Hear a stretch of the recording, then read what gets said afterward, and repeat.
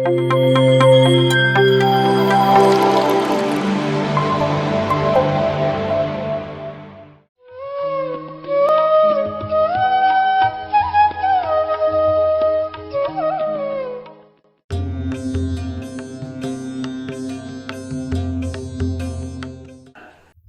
ಕೂಡ ನಿಂತು ಮಾತಾಡೋದಕ್ಕೆ ಇಷ್ಟ. ಯಾಕೆ ಅಂತಂದರೆ ನಾವೆಲ್ಲ ಉಪನ್ಯಾಸಕರಾಗಿ ಕೆಲಸ ಮಾಡೋದಂಥವ್ರು. ಈಗ ಎಲ್ರಿಗೂ ಕೂಡ ಆತ್ಮಬಂಧುಗಳಿಗೆ ಎಲ್ರಿಗೂ ಕೂಡ ನನ್ನ ನಮಸ್ಕಾರಗಳನ್ನು ಹೇಳ್ತಾ ನನ್ನ ಮಾತುಗಳನ್ನು ಆರಂಭ ಮಾಡೋದಕ್ಕೆ ಇಷ್ಟಪಡ್ತೇನೆ. 6 ಅಡಿ ಎತ್ತರ ಇದ್ದರೆ ಪೋಡಿಯಂ ಉಪಯೋಗಿಸಬಹುದು. ನಮ್ಮ ಫೋಟೋಗ್ರಾಫರ್ ಛಾಯಾಚಿತ್ರಕಾರರು ಅವ್ರು ಹೇಳ್ತಾರೆ, ನೀವು ನಿಲ್ಬೋದು ಈ ಕಡೆ, ಮೇಡಮ್ಗಾದರೆ ನೀವು ಈ ಕಡೆ ಬನ್ನಿ ಮೇಡಮ್ ಅಂತಾರೆ. ಧನ್ಯವಾದಗಳು. ಎಲ್ರಿಗೂ ಕೂಡ ನಮಸ್ಕಾರಗಳು. ಈ ಜಗತ್ತಿನ, ಅದರಲ್ಲೂ ಕೂಡ ಹೊಸ ಯುಗದ ಆಧ್ಯಾತ್ಮಿಕ ಜಗತ್ತಿನ ಅತ್ಯಂತ ಶ್ರೇಷ್ಠ ಗುರುಗಳಾದಂತಹ ನಮ್ಮೆಲ್ಲರ ನೆಚ್ಚಿನ ಬ್ರಹ್ಮರ್ಷಿ ಪಿತಾಮಹ ಡಾಕ್ಟರ್ ಸುಭಾಷ್ ಪತ್ರಿಜಿಯವರ ಪಾದಾರವಿಂದಗಳಲ್ಲಿ ನನ್ನ ನುಡಿ ನಮನಗಳನ್ನು ಸಲ್ಲಿಸೋದಕ್ಕೆ ಇಷ್ಟಪಡ್ತೇನೆ. ಇಂತಹ ಒಂದು ಅದ್ಭುತವಾದ ಪಿರಮಿಡ್ ಸ್ಪಿರಿಚುವಲ್ ಸೊಸೈಟೀಸ್ ಮೂಮೆಂಟ್, ಅಂದರೆ ಈ ಒಂದು ಧ್ಯಾನ ಆಂದೋಲನವನ್ನು ಇಡೀ ಜಗತ್ತಿನಾದ್ಯಂತ ಅವರು ಕಾಲಿಗೆ ಚಕ್ರವನ್ನು ಕಟ್ಟಿಕೊಂಡಂತೆ ಓಡಾಟ ಮಾಡಿ ಆನಾಪಾನಸತಿ ಧ್ಯಾನ ವಿಧಾನವನ್ನು, ಅದರ ಸಂದೇಶವನ್ನು ಇಡೀ ಜಗತ್ತಿಗೆ ಮುಟ್ಟಿಸಿ ಅವರ ಕರ್ತವ್ಯವನ್ನು ಮುಗಿಸಿ ದೇಹತ್ಯಾಗವನ್ನು ಮಾಡಿದ್ದಾರೆ. ಚೇತನ ಸ್ವರೂಪರಾಗಿ ನಮ್ಮೆಲ್ಲರಿಗೂ ಕೂಡ ಅವರು ಮಾರ್ಗದರ್ಶನವನ್ನು ಮಾಡ್ತಾ ಇದ್ದಾರೆ. ಬೆಳಗಿನಿಂದ ಮಾತಾಡಿದಂತಹ ಮಾಸ್ಟರ್ಗಳು ಹೇಳಿದರು, ಬೆಳಗ್ಗೆ ಡಾಕ್ಟರ್ ಬಸವರಾಜ್ ಹಡಗಲಿಯವರು ಎಷ್ಟು ಚೆನ್ನಾಗಿ ಪತ್ರಿಜಿಯವರನ್ನು ಗುರುತಿಸಿದ್ದಾರೆ ಅಂತಂದರೆ, ಅವರ ಚೇತನ ಸ್ವರೂಪದಲ್ಲಿ ಇದ್ದಾಗ ಅವರು ಹೆಚ್ಚು ಕೆಲಸವನ್ನು ಮಾಡ್ತಾ ಇದ್ದಾರೆ ಅಂತ ಅನ್ನೋದು ಕಣ್ಣಿಗೆ ಕಾಣ್ತಾ ಇದೆ ಅಂತ ಹೇಳಿದರು. ನಿಜಕ್ಕೂ ಕೂಡ PSSMನ ಕಾರ್ಯಚಟುವಟಿಕೆಗಳು ಇವತ್ತು ಕರ್ನಾಟಕದಲ್ಲಿ ವ್ಯಾಪಕವಾಗಿ ಹರಡ್ತಾ ಇದೆ. ಇದನ್ನು ನೀವು ಗಮನಿಸಿರಬಹುದು. PMC ಕನ್ನಡ ಚಾನಲ್ ಮೂಲಕ ಹೆಚ್ಚಿನ ಜನ ಇವತ್ತು ಧ್ಯಾನ ಮಾರ್ಗಕ್ಕೆ ಬರ್ತಾ ಇದ್ದಾರೆ, ಆಧ್ಯಾತ್ಮ ಮಾರ್ಗಕ್ಕೆ ಬರ್ತಾ ಇದ್ದಾರೆ. ನಾವು ಕನ್ನಡಿಗರು 12ನೇ ಶತಮಾನದ ಶಿವಶರಣರು ಏನು ಈ ನಾಡಿಗೆ, ಈ ಜಗತ್ತಿಗೆ ಕೊಡುಗೆಯನ್ನು ಕೊಟ್ಟರು ಅಂತನ್ನೋದು ಇತಿಹಾಸದಲ್ಲಿ ಶಾಶ್ವತವಾಗಿ ನೆಲೆಗೊಂಡಿದೆ. ಆದರೆ ವಚನ ಸಾಹಿತ್ಯ ಅಂತನ್ನೋದು ಸಾಹಿತ್ಯಕ್ಕಷ್ಟೇ ಸೀಮಿತವಾಗಿದೆ. ಆಗಿನ ಕಾಲಕ್ಕೆ ಬಸವಾದಿ ಶಿವಶರಣರು ಮಾಡಿದಂತಹ ಸಾಮಾಜಿಕ ಕ್ರಾಂತಿಯನ್ನು ನಾವು ಇವತ್ತು ಐತಿಹಾಸಿಕ ಚರಿತ್ರೆ ಅಂತ ಕರಿತೇವೆ. ನಿಜ, ಇಡೀ ಜಗತ್ತಿಗೆ ಅವರು ಕೊಟ್ಟಂತಹ ಒಂದು ಸಾಮಾಜಿಕ ಕ್ರಾಂತಿ ಭಾಳ ಅದ್ಭುತವಾದಂತಹ ಒಂದು ಪ್ರಯೋಗ. ಅದರಲ್ಲಿ ಅವರು ಮಾಡದೇ ಇದ್ದಂತಹ ಪ್ರಯೋಗಗಳು ಯಾವುದೂ ಕೂಡ ಇಲ್ಲ. ಇಡೀ ಜಗತ್ತಿನ ಗಮನ ಸೆಳೀತು. ಸಮಾಜವನ್ನು ನಿರ್ಮಾಣ ಮಾಡೋದಕ್ಕೆ ಅವರು ಎಲ್ಲ ವೈದಿಕ ಒಂದು ಆಚರಣೆಗಳನ್ನು ಧಿಕ್ಕರಿಸಿ ಮಾನವೀಯ ಸಂಬಂಧಗಳಿಗೆ ಹೆಚ್ಚಿನ ಮೌಲ್ಯವನ್ನು ಕೊಟ್ಟು, ಬೆಲೆ ಕೊಟ್ಟು, ಕಾಯಕ ಸಂಸ್ಕೃತಿ, ದಾಸೋಹ ಸಂಸ್ಕೃತಿಯನ್ನು ಹೇಳಿದರು ಇಡೀ ಜಗತ್ತಿಗೆ. ಆದರೆ ಒಂದು ಮುಖವನ್ನು ನಾವು ಇವತ್ತು ಮರ್ತಿದ್ದೇವೆ. ಬಸವಣ್ಣನವರು ಆಗಿನ ಕಾಲಕ್ಕೆ ಮಾಡಿದಂತಹ ಈ ಎಲ್ಲ ಕಾರ್ಯಗಳನ್ನು ನಾವು ಇವತ್ತು ಸ್ಮರಣೆ ಮಾಡ್ತೇವೆ. ಅವರು ಅತ್ಯಂತ ಬಹುದೊಡ್ಡ ಆಧ್ಯಾತ್ಮಿಕ ವಿಜ್ಞಾನಿ ಆಗಿದ್ದರು ಬಸವಣ್ಣನವರು. ಮತ್ತು ಆಗಿನ ಕಾಲಕ್ಕೆ ಅಲ್ಲಮ ಪ್ರಭುಗಳು ಅಂತ ಅನ್ನೋದನ್ನು ನಾವು ಮರ್ತಿದ್ದೇವೆ. ಅಲ್ಲಮ ಪ್ರಭುಗಳನ್ನು ವ್ಯೋಮದೇಹಿ ಅಂತ ಕರಿತಿದ್ರು. ಅಂದರೆ ಅವರ ದೇಹವನ್ನು ನಾವು ಕತ್ತಿಯಲ್ಲಿ ಕತ್ತರಿಸಿದ್ರು ಕೂಡ ಕತ್ತಿ ಈ ಕಡೆಯಿಂದ ಆ ಕಡೆ ಹೋಗ್ತಿತ್ತೆ ಹೊರತು ಅವರ ಭೌತಿಕ ದೇಹಕ್ಕೆ ಏನೂ ಆಗ್ತಿರಲಿಲ್ಲ ಅಂತ ಅರ್ಥ. ವ್ಯೋಮದೇಹಿ ಅಂತಂದರೆ ಅಂದರೆ ಆಗಿನ ಕಾಲಕ್ಕೆ ಅವರು ಆಸ್ಟ್ರಲ್ ರೂಪದಲ್ಲಿ ಅವರು ಇದ್ದರು. ಅದನ್ನು ನಾವು ಕಾಣಬಹುದಿತ್ತು ಅಂತೇಳಿ ಶಿವಶರಣರು ಕಾಣ್ತಿದ್ರು. ದೇಹ ಅಂತನ್ನೋದು ಸೂಕ್ಷ್ಮ ಶರೀರ ಹೇಗೆ ಹೊರಬಂದು ಅದಕ್ಕೆ ಕಣ್ಣಿಗೆ ಕಾಣ್ತಾ ಇತ್ತು ಅಂತ ಅನ್ನೋದು ಬಹುಶಃ ನಿಮಗೆ ಪಿರಮಿಡ್ ಮಾಸ್ಟರ್ಗಳಿಗೆ ಅರ್ಥ ಆಗುತ್ತೆ. ಆಸ್ಟ್ರಲ್ ಬಾಡಿ ಅಂತಂದರೆ ಕಣ್ಣಿಗೆ ಕಾಣೋದಿಲ್ಲ, ಅದು ಫಿಸಿಕಲ್ ಬಾಡಿ ಕಣ್ಣಿಗೆ ಕಾಣುತ್ತೆ. ನಾನು ಯಾಕೆ ಇದನ್ನೆಲ್ಲ ಹೇಳ್ತಾ ಇದ್ದೀನಿ ಅಂತಂದರೆ, 12ನೇ ಶತಮಾನದಲ್ಲಿಯೇ ಆಗಿನ ಕಾಲದ ಪರಿಭಾಷೆಯಲ್ಲಿ, ಆಗಿನ ಕಾಲದ ಕನ್ನಡ ಭಾಷೆಯಲ್ಲಿ ಆಧ್ಯಾತ್ಮಿಕ ವಿಚಾರಗಳನ್ನು ವಚನದ ರೂಪದಲ್ಲಿ ನಮಗೆ ಕೊಟ್ಟಿದ್ದಾರೆ. ನಾವು ವಚನಗಳನ್ನು ಕೇವಲ ಸಾಹಿತ್ಯದ ದೃಷ್ಟಿಕೋನದಲ್ಲಿ ನೋಡಿದ್ದೇವೆ, ಅದನ್ನು ಮೀರಿ ಸಾಮಾಜಿಕ ಕ್ರಾಂತಿಯ ದೃಷ್ಟಿಯಲ್ಲಿ ನೋಡಿದ್ದೇವೆ. ಇವತ್ತು ಆ ಎಲ್ಲ ವಚನಗಳನ್ನು ನಾವು ಆಧ್ಯಾತ್ಮಿಕ ದೃಷ್ಟಿಕೋನದಲ್ಲಿ ನಾವು ನೋಡಬೇಕಾಗಿದೆ. ವೈಜ್ಞಾನಿಕ ಆಧ್ಯಾತ್ಮಿಕತೆ ಅದರಲ್ಲಿ ಇದೆ. ಈ ಒಂದು ದೃಷ್ಟಿಕೋನದಲ್ಲಿ ಇಟ್ಕೊಂಡು ನಾವು ವಚನಗಳನ್ನು ಅಧ್ಯಯನ ಮಾಡಬೇಕು. ಎಷ್ಟು ಸೊಗಸಾಗಿ ವಿಶಾಲಾಕ್ಷಿ ಅಥಣಿಯವರು ಇಲ್ಲಿ ನಿರರ್ಗಳವಾಗಿ ಮಾತನಾಡಿದರು ಅಂತನ್ನೋದು ನೀವು ಗಮನಿಸಿದಿರಿ. ನಿಜಕ್ಕೂ ಇದೊಂದು ಬಹಳ ವಿಶಿಷ್ಟವಾದ ಒಂದು ಮಹಾಚಕ್ರ ಅಂತ ನಾವಾದರೂ ಭಾವಿಸ್ಬೋದು. ಯಾಕೆಂತಂದರೆ ಮಹಿಳಾ ಧ್ಯಾನ ಮಹಾಚಕ್ರದಲ್ಲಿ ಮಹಿಳೆಯರು ಇಷ್ಟು ಚೆನ್ನಾಗಿ ಅವರ ವಿಚಾರಧಾರೆಯನ್ನು ಮಂಡಿಸಿದರು. ನಾನು ಅವರ ಒಂದೊಂದು ವಾಕ್ಯಗಳನ್ನು ಕೂಡ ಗಮನ ಇಟ್ಟು ಕೇಳಿದೆ. ಶ್ರೀಮತಿ ಬನ್ನಿಗೋಳ ಮಠ ಅವರು ಕೂಡ ನಾನು ಕೇಳಿದೆ, ಅವರು ಏನು ಲೆಕ್ಚರರ್ ಆಗಿದ್ದಾರಾ ಅಂತ. ವಿಷಯ ನನಗೆ ಗೊತ್ತಿಲ್ಲ. ಅಷ್ಟೊಂದು ನಿರ್ಭೀತಿಯಿಂದ ಪಟ ಪಟ ಪಟ ಅಂತ ಅವರು ವಿಷಯ ಮಂಡನೆ ಮಾಡಿದ್ದು ನೋಡಿದ್ರೆ ಆಶ್ಚರ್ಯ ಆಗುತ್ತೆ. ಅಂದರೆ ಆ ಮಾತುಗಳು ನಾಲಿಗೆಯಿಂದ ಬರುವಂಥದ್ದಲ್ಲ, ಒಳಗಡೆ ಇರತಕ್ಕಂಥ ಗುರು ಆ ಮಾತುಗಳನ್ನು ಆಡಿಸ್ತಾನೆ. ನಾನು ಯಾಕೆ ಇದನ್ನು ವಿಚಾರಗಳನ್ನು ನಿಮಗೆ ಹೇಳ್ತಾ ಇದ್ದೀನಿ ಅಂತಂದರೆ, ಇವತ್ತು ಹೇಳಿ ಕೇಳಿ ಆಧುನಿಕ ಯುಗ 12ನೇ ಶತಮಾನದಲ್ಲಿ ಇದ್ದಂಥ ಪರಿಸ್ಥಿತಿಗಳು, ಆರ್ಥಿಕ ಇರ್ಬೋದು, ಸಾಮಾಜಿಕ ಇರ್ಬೋದು, ವೈಜ್ಞಾನಿಕ ಇರ್ಬೋದು, ಬೇರೆ ಬೇರೆ ಪರಿಸ್ಥಿತಿಗಳು ಅದು ತುಂಬ ಬದಲಾವಣೆ ಆಗಿದೆ. ಇದು ಹೇಳಿ ಕೇಳಿ ಹೊಸ ಯುಗ, ಎಲ್ಲ ಪಟಾಪಟ್ ಯುಗ. ಈಗ ಏನೇ ಆದರೂ ಕೂಡ ಬೇಗ ಇಮ್ಮಿಡಿಯೇಟಾಗಿ ಆಗಬೇಕು, ತಕ್ಷಣಕ್ಕಾಗಬೇಕು. ಆತ್ಮಸಾಕ್ಷಾತ್ಕಾರ ಕೂಡ ಅದು ನಮ್ಮ ನಿರೀಕ್ಷೆ. ಮತ್ತು ನಾವು ಆಧ್ಯಾತ್ಮಿಕತೆಯನ್ನು ಅರ್ಥ ಮಾಡಿಕೊಳ್ಬೇಕಾದ್ರೆ ವೈಜ್ಞಾನಿಕ ಪರಿಭಾಷೆ ಬೇಕಾಗಿದೆ ಇವತ್ತು. ಅಂದರೆ ಧ್ಯಾನದ ಬಗ್ಗೆ ನಾವು ಏನಾದರೂ ಹೇಳಿದ್ರೆ, ನಾವು ಶಾಸ್ತ್ರಜ್ಞಾನವನ್ನು ಹೇಳಿದ್ರೆ, ಹಳೆಯ ಪರಿಭಾಷೆ ಏನು ನಮ್ಮ ವೇದಗಳಲ್ಲಿ, ಪುರಾಣಗಳಲ್ಲಿ, ಉಪನಿಷತ್ತುಗಳಲ್ಲಿ ಹೇಳಿದ್ದಾರೆ, ಆ ರೀತಿಯಲ್ಲಿ ನಾವು ಏನಾದರೂ ಹೇಳಿದರೆ ಜನ ಅದನ್ನು ಇವತ್ತು ನಂಬಲ್ಲ. ಅದರಲ್ಲೂ ಕೂಡ ನಮ್ಮ ಯುವ ಜನತೆಗೆ ಅದು ರುಚಿಸೋದಿಲ್ಲ ಅದು. ಹಾಗಾಗಿ ನಮ್ಮ ಯುವ ಜನತೆಯ ಪರಿಭಾಷೆ ಯಾವುದು ಅಂತಂದರೆ, ಅವ್ರಿಗೆ ಸೈಂಟಿಫಿಕ್ ಟೆಂಪರ್ಮೆಂಟ್, ಅವ್ರದ್ದು ಸೈಂಟಿಫಿಕ್ ಟರ್ಮಿನಾಲಜಿನಲ್ಲಿ ಹೇಳಬೇಕು ಅವ್ರಿಗೆ. ಹಾಗೆ ಹೇಳಿದಾಗ ವಿಷಯ ಜ್ಞಾನ ಅವರೊಳಗಡೆ ಇಳಿಯುತ್ತೆ. ಸಾಮಾನ್ಯವಾಗಿ ನಾನೆಲ್ಲೇ ಮಾತಾಡಿದ್ರು ಕೂಡ ಧ್ಯಾನ ಮತ್ತು ಅದರ ಕುರಿತು ಮಾತಾಡಬೇಕಾದ್ರೆ ಧ್ಯಾನದ ವೈಜ್ಞಾನಿಕತೆ, ಧ್ಯಾನದ ಹಿಂದಿನ ವೈಜ್ಞಾನಿಕತೆ ಅಥವಾ ಧ್ಯಾನ ವಿಜ್ಞಾನದ ಬಗ್ಗೆ ಹೆಚ್ಚು ಮಾತಾಡ್ತೇನೆ. ಯೂಟ್ಯೂಬ್ನಲ್ಲಿ ಎಷ್ಟು ಜನ ನನ್ನ ವಿಡಿಯೋಗಳನ್ನು ನೋಡಿದ್ದೀರಿ? ಕಡಿಮೆನೇ, ಪರವಾಗಿಲ್ಲ, ಧೈರ್ಯವಾಗಿ ನಾನು ಮಾತಾಡ್ಬೋದು.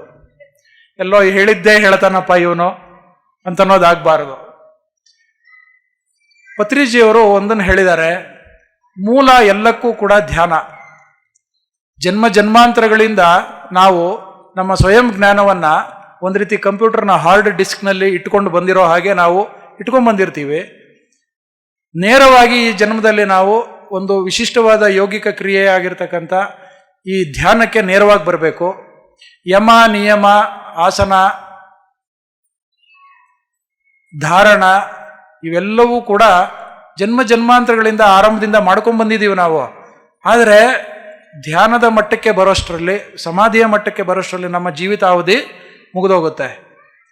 ಹಾಗಾಗಿ ಈ ಜನ್ಮದಲ್ಲಿ ಎಲ್ಲರೂ ಕೂಡ ನೇರವಾಗಿ ಧ್ಯಾನಕ್ಕೆ ಬನ್ನಿ ಅಂತ ಹೇಳಿದ್ದಾರೆ ಅವರು.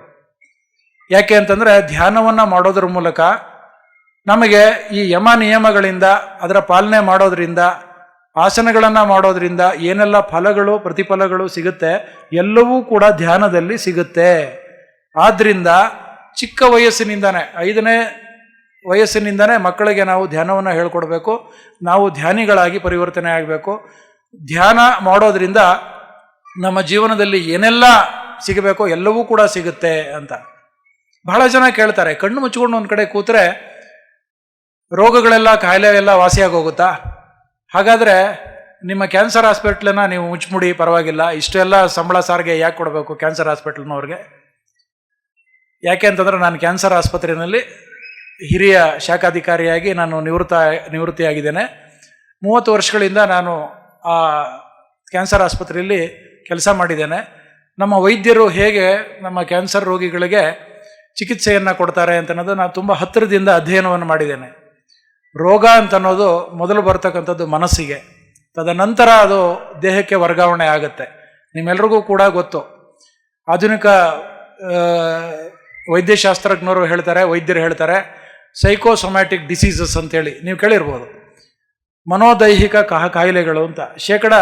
95% ಕಾಯಿಲೆಗಳು, ಅಂದರೆ ಒಂದು 100 ಕಾಯಿಲೆಗಳ ಪಟ್ಟಿ ನೀವು ಮಾಡಿದ್ರೆ ಅದರಲ್ಲಿ 95 ಕಾಯಿಲೆಗಳು ಮೊದಲು ಶುರುವಾಗೋದು ಮನಸ್ಸಿನಲ್ಲಿ. ಆಮೇಲೆ ಅದು ದೇಹಕ್ಕೆ ವರ್ಗಾವಣೆ ಆಗುತ್ತೆ. ಅದಕ್ಕೆ ನಾವು ನಮ್ಮ ಮನಸ್ಸನ್ನು ಶುದ್ಧವಾಗಿ ಇಟ್ಕೊಳ್ಬೇಕು. ಮನಸ್ಸನ್ನು ಶುದ್ಧವಾಗಿ ಇಟ್ಕೊಳ್ಳೋದಕ್ಕೆ ಯಾವ ಒಂದು ಪ್ರಕ್ರಿಯೆ ಇದೆ? ಬೇರೆ ಯಾವ ಪ್ರಕ್ರಿಯೆಯೂ ಇಲ್ಲ. ಧ್ಯಾನದಂತಹ ಉತ್ತಮವಾದ ಮಾರ್ಗ ಬೇರೆ ಯಾವುದೂ ಇಲ್ಲ. ಆದ್ದರಿಂದ ಬಂಜರು ಭೂಮಿಯನ್ನು ಹೇಗೆ ನಾವು ಉತ್ತಿ ಬಿತ್ತು ಕಳೆಯನ್ನು ಕಿತ್ತು ಸಾಗುವಳಿಯನ್ನು ಮಾಡ್ತೀವೋ ಹಾಗೆ ನಮ್ಮ ಮನಸ್ಸಿನ ಸಾಗುವಳಿಯನ್ನು ನಾವು ಮಾಡಬೇಕು. ಕೆಟ್ಟ ಆಲೋಚನೆಗಳನ್ನೆಲ್ಲ ತೆಗೆದು ತಕ್ಷಣಕ್ಕೆ ಅದನ್ನಲ್ಲಿ ಫ್ಲೆಶ್ ಔಟ್ ಆಗ್ತಾ ಇರಬೇಕು. ಕ್ಷಣಕ್ಕೆ ಅಂದರೆ ಎಷ್ಟು ಧನಾತ್ಮಕ ಆಲೋಚನೆಗಳನ್ನು ನಮ್ಮಲ್ಲಿ ನಾವು ಇಟ್ಕೊಳ್ಬೇಕು ಅಂತಂದರೆ, ಇಡೀ ನಮ್ಮ ಈ ಶರೀರ ಆಗಲಿ, ಇಡೀ ಈ ಪ್ರಪಂಚ ಆಗಲಿ ಎಲ್ಲವೂ ಕೂಡ ಸೃಷ್ಟಿಯಾಗಿರೋದು ಆಲೋಚನೆಯಿಂದ. ಮನುಷ್ಯನ ಆಲೋಚನೆಯಿಂದ ಇದೆಲ್ಲವೂ ಕೂಡ ಸೃಷ್ಟಿಯಾಗಿರೋದು. ಯಾವುದೋ ಒಂದು, ಈಗ ಆಲಮಟ್ಟಿ ಡ್ಯಾಮು ಹತ್ತಿರದಲ್ಲಿದೆ, ಆಲಮಟ್ಟಿ ಡ್ಯಾಮನ್ನು ಕಟ್ಟಬೇಕು ಅನ್ನೋದು ರಾತ್ರೋರಾತ್ರಿ ಅದನ್ನು ಕಟ್ಟಲಾಗಿಲ್ಲ. ಆ ರೀತಿ ಒಂದು ಡ್ಯಾಮನ್ನು ಕಟ್ಟಬೇಕು ಅಂತ ಆಲೋಚನೆ ಬಂದದ್ದು ಯಾರ ತಲೆಯಲ್ಲಿ? ದೊಡ್ಡ ದೊಡ್ಡ ಇಂಜಿನಿಯರ್ಸು, ಆಡಳಿತಗಾರರು, ಅವರೆಲ್ಲ ಕುಳಿತು ಇಂಥದ್ದೊಂದನ್ನು ಮಾಡಬೇಕು ಅಂತ ಆಲೋಚನೆ ಮಾಡಿ ಅದನ್ನು ಸುವ್ಯವಸ್ಥಿತ ರೀತಿಯಲ್ಲಿ ಪ್ಲ್ಯಾನ್ ಮಾಡಿ ಅದನ್ನು ಕಟ್ಟಿರುವಂಥ. ಅಂದರೆ ಯಾವುದೇ ಒಂದು ಸೃಷ್ಟಿ, ಎನಿ ಕ್ರಿಯೇಷನ್, ಅದು ಅದರ ಮೂಲ ಯಾವುದು ಅಂದರೆ ಆಲೋಚನೆ. ನಾವು ಯಾವುದೇ ಕೆಲಸವನ್ನು ಚೆನ್ನಾಗಿ ಆಲೋಚನೆ ಮಾಡಿ ಅದನ್ನು ಜಾರಿಗೆಗೊಳಿಸಿದ್ರೆ ಎಲ್ಲ ಕೆಲಸಗಳು ಕೂಡ ಅಚ್ಚುಕಟ್ಟಾಗಿ ಆಗುತ್ತೆ. ಹಾಗಾಗಿ ಯಾವುದೇ ಒಂದು ಸೃಷ್ಟಿಯನ್ನು ಮಾಡಬೇಕಾದ್ರೂ ಕೂಡ ಆಲೋಚನೆ ನಮ್ಮದು ಪರಿಶುದ್ಧವಾಗಿರಬೇಕು. ಪರಿಶುದ್ಧವಾದ ಒಂದು ಕೃತಿ ನಿರ್ಮಾಣ ಆಗುತ್ತೆ ಆಲೋಚನೆಗಳಿಂದ. ಅಂದರೆ ಇದೊಂದು ವಿಜ್ಞಾನ, ಇದು ಸೈನ್ಸ್. ಕಾರ್ಯಕಾರಣ ಸಂಬಂಧವನ್ನು ನಾವು ಅರ್ಥ ಮಾಡ್ಕೊಳ್ಬೇಕು ಅಂತಂದರೆ ಸೈಂಟಿಫಿಕ್ ಆಗಿ ತಿಳಿಬೇಕು. ಈಗ ನಾನು ಇವತ್ತಿನ ನನ್ನ ಧ್ಯಾನ ವಿಜ್ಞಾನದ ಕುರಿತು ಒಂದಷ್ಟು ಮಾಹಿತಿಯನ್ನು ನಿಮಗೆ ಕೊಟ್ಟು ನನ್ನ ಮಾತುಗಳನ್ನು ಮುಗಿಸ್ತೇನೆ. ನನಗೆ ಸಮಯಾವಕಾಶ ಎಷ್ಟಿದೆ ಸಮಯ ಅಂತ ಗೊತ್ತಿಲ್ಲ, ಎಷ್ಟು ಬೇಕಾದ್ರೂ ತಗೋಬೋದು ಅಂತ ಹೇಳ್ತಾ ಇದ್ದಾರೆ, ಪರವಾಗಿಲ್ಲ. ಆತ್ಮಬಂಧುಗಳೇ, ಪತ್ರಿಜಿ ಅಂಥ ಮಹಾನ್ ಚೇತನ ಈ ಒಂದು ಭೂಮಿಗೆ ಬಂದು ಇಷ್ಟೆಲ್ಲ ಕಾರ್ಯಚಟುವಟಿಕೆಗಳನ್ನು ನಿರ್ವಹಿಸಿ ಜ್ಯೋತಿ ಸ್ವರೂಪದಲ್ಲಿ ಇದ್ದು ಇವತ್ತು ನಮ್ಮೆಲ್ಲರಿಗೂ ಕೂಡ ಮಾರ್ಗದರ್ಶನವನ್ನು ಮಾಡ್ತಾ ಇದ್ದಾರೆ. ಬಸವಾದಿ ಶರಣರ ಒಂದು ಪುಣ್ಯ ಭೂಮಿಯಲ್ಲಿ ನಿಂತು ನಾನಿಲ್ಲಿ ಮಾತಾಡ್ತಿದ್ದೇನೆ, ನೀವೆಲ್ಲೂ ಕುಂತು ನನ್ನ ಮಾತುಗಳನ್ನು ಕೇಳಿಸ್ಕೊಳ್ತಿದ್ದೀರಿ. ಬಹಳ ಪುಣ್ಯಭೂಮಿ, ಬಹಳ ಅದ್ಭುತವಾದ ನಾಡು, ಕನ್ನಡ ನಾಡಿನ ಒಂದು ಕ್ಷೇತ್ರ ಇದು. ಆಗಿನ ಕಾಲದಲ್ಲಿ ನಾನು ಒಮ್ಮೊಮ್ಮೆ ಈ ವಚನಗಳನ್ನು ಓದುವಾಗ ಎಷ್ಟೋ ವಚನಗಳಲ್ಲಿ ಬಳಸಿರ್ತಕ್ಕಂಥ ಕನ್ನಡ ಭಾಷೆಯ ಪದಗಳು ಇವತ್ತು ಆಧುನಿಕವಾಗಿ ಅದಕ್ಕೆ ಒಂದು ವಿವರಣೆಯನ್ನು ಕೊಡ್ತಕ್ಕಂಥ ಅಗತ್ಯ ಇದೆ ಅಂತ ಅನ್ನಿಸುತ್ತೆ. ಯಾಕೆಂತಂದರೆ ಆಗ ಜನಸಾಮಾನ್ಯರ ಮಟ್ಟದಲ್ಲಿ ಇದ್ದಂತಹ ನಮ್ಮ ಶರಣರು ಎಷ್ಟು ಸೊಗಸಾಗಿ ಅವರ ಅನುಭವಗಳನ್ನು ಅನುಭಾವಿಗಳಾಗಿ ಅವರು ಅದನ್ನು ವಿವರಣೆಗಳನ್ನು ಕೊಟ್ಟಿದ್ದಾರೆ ಅಂತ ಅನ್ನೋದು ಬಹಳ ಖುಷಿ ಕೊಡುತ್ತೆ. ಅಂದರೆ ಅವರು ಹೇಳದೆ ಬಿಟ್ಟಿರುವಂಥದ್ದು ಯಾವುದೂ ಇಲ್ಲ. ಈಗ ಅಕ್ಕ ವಿಶಾಲಾಕ್ಷಿಯವರು ಎಷ್ಟು ಚೆನ್ನಾಗಿ ಅಲ್ಲಮ ಪ್ರಭುಗಳು ಆಗ ಹೇಳಿರ್ತಕ್ಕಂಥ ಎಷ್ಟೊಂದು ವಿಚಾರಗಳನ್ನು, ಧ್ಯಾನದ ಬಗ್ಗೆ ವಿಚಾರಗಳನ್ನು ಬಿಡಿಸಿ ಹೇಳಿದರು ನೋಡಿ. ಎಷ್ಟೋ ಜನಕ್ಕೆ ಇದು ಗೊತ್ತಿಲ್ಲ. ಇದನ್ನೇ ನಾನು ಯಾಕೆ ಹೇಳ್ತೀನಿ ಅಂತಂದರೆ, ಕಾಲಘಟ್ಟಗಳು ಅಂತ ನಾವು ಹೇಳ್ತೀವಿ, ಟೈಮ್ ಲೈನ್. ಆಯಾಯ ಕಾಲಘಟ್ಟಗಳಲ್ಲಿ ಬಂದು ಹೋದಂತಹ ದಾರ್ಶನಿಕರು ಆ ಸಂದರ್ಭದಲ್ಲಿ ಎಲ್ಲ ಸಂದೇಶಗಳನ್ನು ಈ ಭೂಮಿಗೆ ಕೊಟ್ಟು ಹೋಗಿದ್ದಾರೆ. ಈಗಿನ ಕಾಲಘಟ್ಟದಲ್ಲಿ ಬ್ರಹ್ಮರ್ಷಿ ಪಿತಾಮಹ ಪತ್ರಿಜಿಯವರು ಆಧುನಿಕ ಪರಿಭಾಷೆಯಲ್ಲಿ ಸ್ಪಿರಿಚುವಲ್ ಸೈನ್ಸ್ ಮೂಲಕ ಧ್ಯಾನ ವಿಜ್ಞಾನವನ್ನು ಬಹಳ ಅಚ್ಚುಕಟ್ಟಾಗಿ ಶಿಸ್ತುಬದ್ಧವಾಗಿ ಕೊಟ್ಟಿದ್ದಾರೆ ನಮಗೆ. ಬುದ್ಧನಿಗೆ ಜ್ಞಾನೋದಯ ಆದಂತಹ ಆನಾಪಾನಸತಿ ಧ್ಯಾನ ವಿಧಾನ, ಅಂದರೆ ಉಸಿರಾಟದ ಮೇಲೆ ಗಮನ ಹರಿಸ್ತಕ್ಕಂಥ ಧ್ಯಾನ ವಿಧಾನವನ್ನು ಅತ್ಯಂತ ಸರಳವಾಗಿ ಅಭ್ಯಾಸ ಮಾಡೋದನ್ನು ನಮಗೆ ತಿಳಿಸ್ಕೊಟ್ಟಿದ್ದಾರೆ. ಅದನ್ನು ನಾವು ಇಡೀ ಜಗತ್ತಿಗೆ ತಿಳಿಸ್ಬೇಕು ಅಂತ ಅನ್ನೋದು ಅವರ ಆಶಯ. ಹಾಗಾಗಿ ನಾವು ಧ್ಯಾನದ ಹಿಂದೆ ಇರ್ತಕ್ಕಂಥ ವೈಜ್ಞಾನಿಕತೆಯನ್ನು ನಾವು ಅರ್ಥ ಮಾಡ್ಕೋಬೇಕು, ಬಹಳ ಮುಖ್ಯ. ನಾವು ಇನ್ನೊಬ್ಬರಿಗೆ ಏನಾದರೂ ಹೇಳಕ್ಕೆ ಹೋದಾಗ ಅವ್ರಿಗೆ ನಂಬಿಕೆ ಬರೋದಿಲ್ಲ. ಕಣ್ಣು ಮುಚ್ಕೊಂಡು ಕೂತ್ರೆ ಎಲ್ಲ ಸಮಸ್ಯೆ ನಿವಾರಣೆ ಆಗುತ್ತಂತೆ. ಯಾರಾದರೂ ನಂಬೋಂಥ ಮಾತಾ ಅಂತ ಮೊದಲನೇ ಪ್ರಶ್ನೆ ಕೇಳ್ತಾರೆ. ನೀನು ಮಾಡಿ ನೋಡಪ್ಪ ಅಂತ ಹೇಳಿದ್ರೆ ಮಾಡೋಷ್ಟು ಅವ್ರಿಗೆ ತಾಳ್ಮೆ ಇಲ್ಲ, ಪ್ರಯೋಗಗಳು ಮಾಡೋಷ್ಟು ಇಲ್ಲ. ಮತ್ತೇನು ಮಾಡಬೇಕು? ಅವರಿಗೆ ವಿವರಣೆ ಬೇಕು, ಥಿಯರಿ ಬೇಕು, ಅವರಿಗೆ ಒಂದು ಉಪನ್ಯಾಸ ಬೇಕು ಅದರ ಬಗ್ಗೆ, ಅವರ ಪರಿಭಾಷೆಯಲ್ಲಿ ಹೇಳಬೇಕು. ಅವ್ರ ಪರಿಭಾಷೆ ಯಾವುದು? ಸೈಂಟಿಫಿಕ್ ಟೆಂಪರ್ಮೆಂಟ್, ಸೈನ್ಸ್ ಏನು ಹೇಳುತ್ತೆ ಅಂತ. ಈಗ ನಾನು ಅಂಥದ್ದೊಂದು ಸಣ್ಣ ಪ್ರಯತ್ನ ಮಾಡ್ತೀನಿ. ಸೈನ್ಸ್ ಆಫ್ ಮೆಡಿಟೇಷನ್ ಅಂತ ಒಂದಿದೆ. ನಾವು ಅದನ್ನು theory and practice of meditation ಅಂತ ಕರಿತೀವಿ. ಅಂದರೆ ಧ್ಯಾನದ ಬಗ್ಗೆ ಇರತಕ್ಕಂಥ ತತ್ವ ಸಿದ್ಧಾಂತಗಳನ್ನು ತಿಳ್ಕೊಳ್ಳೋದು, ಧ್ಯಾನವನ್ನು ಕಲಿಯೋದು, ಧ್ಯಾನವನ್ನು ಅಭ್ಯಾಸ ಮಾಡೋದು, ಧ್ಯಾನದ ಸಾಧನೆಗೆ ನಾವು ಅಣಿಯಾಗೋದು. ನೋಡಿ, ಇದು ಹಂತಗಳು. ಮೊದಲನೇ ಹಂತ ಏನು? ಧ್ಯಾನದ ಕುರಿತು ತತ್ವ ಸಿದ್ಧಾಂತ, ಥಿಯರಿ ತಿಳ್ಕೊಳ್ಳೋದು. ಇವತ್ತು ನಾನು ಹೇಳ್ತೀನಿ, ಒಂದು ವಿಚಾರದ ಬಗ್ಗೆ ನಮಗೇನೂ ಗೊತ್ತಿಲ್ಲದೆ ಒಂದು ಕೆಲಸವನ್ನು ಮಾಡೋದ್ರೆ ಅದರ ಫಲಿತಾಂಶ ಅತ್ಯುತ್ತಮವಾಗಿ ಬರೋದಿಲ್ಲ. ಯಾವುದಾದ್ರೂ ಕೆಲಸದ ಬಗ್ಗೆ ನಾವು ಅರಿತು ಮಾಡೋದಾದರೆ, ಅರಿವಿನಿಂದ ಮಾಡೋದಾದರೆ ಉತ್ತಮವಾದ ಫಲಿತಾಂಶ ಸಿಕ್ಕುತ್ತೆ. ಧ್ಯಾನವೂ ಕೂಡ ಹಾಗೇನೆ. ಧ್ಯಾನದ ಬಗ್ಗೆ ನಾವೊಂದಷ್ಟು ತತ್ವ ಸಿದ್ಧಾಂತಗಳನ್ನು ತಿಳ್ಕೊಳ್ಬೇಕು. ಏನಿದು ಧ್ಯಾನ? ಯಾಕೆ ಬೇಕು? ಎಲ್ಲರೂ ಧ್ಯಾನ ಮಾಡ್ತಾರಾ ಅಂತ ಸರಳವಾಗಿ ಹೇಳೋದಕ್ಕೆ ಇಷ್ಟಪಡ್ತೇನೆ. ಪತ್ರಿಜಿಯವರು ಹೇಳಿರ್ತಕ್ಕಂಥ ಮಾತುಗಳನ್ನೇ ವೈಜ್ಞಾನಿಕವಾದ ಪರಿಭಾಷೆಯನ್ನು ನೀಡೋದಕ್ಕೆ ಪ್ರಯತ್ನ ಪಡ್ತೇನೆ. ಆತ್ಮೀಯರೇ, ಆಧುನಿಕ ಯುಗದಲ್ಲಿ ಮನುಷ್ಯನಿಗೆ ನೆಮ್ಮದಿಯಾಗಿ ನಿದ್ರೆ ಮಾಡುವಷ್ಟು ಕೂಡ ವ್ಯವಧಾನ ಇಲ್ಲ. ಒಪ್ತೀರಾ? ಒಪ್ಪುವಂಥ ಮಾತು. ಯಾಕೆ ಗೊತ್ತಾ? ಎಲ್ಲಿ ಹೋದರೂ ಕೂಡ ಸ್ಪರ್ಧೆ, ಯಾವುದೇ ಕ್ಷೇತ್ರಕ್ಕೆ ಹೋದರೂ ಕೂಡ ಸ್ಪರ್ಧೆ. ಬದುಕೋದಕ್ಕೆ ಸ್ಪರ್ಧೆ, ಒಂದು ಕೆಲಸ ಗಳಿಸ್ಕೊಳ್ಳೋದಕ್ಕೆ ಸ್ಪರ್ಧೆ, ಶಿಕ್ಷಣಗಳು ತಗೊಳ್ಳೋದಕ್ಕೆ ಒಂದು ಸ್ಪರ್ಧೆ, ಒಂದು ಎಲ್ಲೇ ಹೋಗಿ ದುಡಿಬೇಕು ಅಂತನೋ ಅತಿ ಆಸೆ, ಒತ್ತಡಗಳು, ನಾನೇನೋ ಸಾಧನೆ ಮಾಡಬೇಕು, ಹೆಚ್ಚು ಬೇರೆಯವರನ್ನು ಮೆಚ್ಚಿಸೋದಕ್ಕೆ ಬದುಕಬೇಕು ಅಂತನೋ ಒತ್ತಡ ಜಾಸ್ತಿ. ಏನಾಗ್ತಾ ಇದೆ ವೈಜ್ಞಾನಿಕವಾಗಿ ಅಂತಂದರೆ, ಮನುಕುಲದ ಒಂದು ಚರಿತ್ರೆಯಲ್ಲಿ ಹಿಂದೆ ಕಾಲಘಟ್ಟದಲ್ಲಿ ಇದ್ದಂತಹ ಶಕ್ತಿ ಚೈತನ್ಯಗಳು ಇವತ್ತು ಕಡಿಮೆ ಆಗ್ತಾ ಇದೆ. ಶಕ್ತಿ ಚೈತನ್ಯ ಅಂದರೆ ದೈಹಿಕ ಶಕ್ತಿ ಅಷ್ಟೇ ಅಲ್ಲ, ಸ್ಪಿರಿಚುವಲ್ ಎನರ್ಜಿ ಅಂತ. ಸ್ಪಿರಿಚುವಲ್ ಎನರ್ಜಿಯನ್ನು ನಾವು ಎಲ್ಲಿ ಸ್ವೀಕಾರ ಮಾಡ್ತೀವಿ ಅಂತಂದರೆ, ಸರಳವಾಗಿ ಹೇಳಬೇಕಂತಂದರೆ ನಿದ್ರೆಯಲ್ಲಿ ನಾವು ಸ್ಪಿರಿಚುವಲ್ ಎನರ್ಜಿ, ಅದನ್ನು ಕಾಸ್ಮಿಕ್ ಎನರ್ಜಿನ ನಾವು ತೆಗೆದುಕೊಳ್ತೀವಿ. ನಿಮ್ಮಲ್ಲಿ ಆಲೋಚನೆ ಮಾಡಿ, ಎಷ್ಟು ಜನಕ್ಕೆ ಇವತ್ತು ನೆಮ್ಮದಿಯಾಗಿ ನಿದ್ದೆ ಮಾಡೋಷ್ಟು ಅವಕಾಶಗಳಿದೆ. ಇವತ್ತು ಟಿ ವಿ ಸ್ಕ್ರೀನ್ಗಳು ಬಂತು, ಮೊಬೈಲ್ಗಳು ಬಂತು, ಆಯಿತಾ, ಕಂಪ್ಯೂಟರ್ಗಳು ಬಂದಿದ್ದಾವೆ. ಈ ಡಿಜಿಟಲ್ ಕಾರಣದಿಂದಾಗಿ ಇವತ್ತು ಬೆಳಗ್ಗೆ ಅದನ್ನೇ ಹೇಳ್ತಿದ್ರು ಗುರುಗಳು ಅಲ್ವಾ, ಬಸವರಾಜ ಹಡಗಲಿಯವರು ಅದನ್ನೇ ಹೇಳಿದ್ದು. ಏನಾಗ್ತಾ ಇದೆ, ಯಾವ ಕಡೆ ಹೋಗ್ತಾ ಇದೆ, ಈ ವಿಜ್ಞಾನ ಅಂತ ಅನ್ನೋದು ನಮಗೆ ಎಲ್ಲವನ್ನೂ ಕೊಟ್ಟಿದೆ, ಆದರೆ ನಮ್ಮಿಂದ ನಮ್ಮತನವನ್ನು, ಮಾನವೀಯತೆಯನ್ನು ಕಿತ್ಕೊಂಡಿದೆ ಅಂತ ಅನ್ನೋದು ಸತ್ಯ. ಇದನ್ನು ನಾವು ಆಲೋಚನೆ ಮಾಡಬೇಕು. ಈ ಎಲ್ಲ ಉಪಕರಣಗಳೇನಿದೆ ಅದನ್ನು ನಮ್ಮ ಆತ್ಮೋದ್ಧಾರಕ್ಕೆ, ನಮ್ಮ ಜೀವನಕ್ಕೆ ಎಷ್ಟು ಬೇಕೋ ಅಷ್ಟನ್ನು ಉಪಯೋಗಿಸ್ಬೇಕು. ಇವತ್ತು ಅವು ನಮ್ಮನ್ನು ಆಳ್ತಾ ಇದ್ದಾವೆ, ನಾವು ಅದನ್ನು ಬಳಸ್ತಾ ಇಲ್ಲ.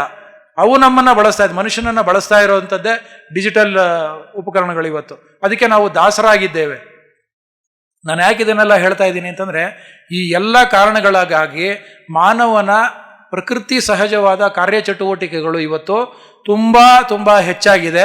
ಪ್ರಕೃತಿಗೆ ವಿರುದ್ಧವಾಗಿ ನಾವು ಜೀವನ ಮಾಡ್ತಾ ಇದ್ದೀವಿ. ಆದ್ದರಿಂದ ನಮಗೆ ಜೀವನದಲ್ಲಿ ಜೀವನ ಕ್ರಮ ಸಂಪೂರ್ಣವಾಗಿ ತಪ್ಪು ಹೋಗಿದೆ.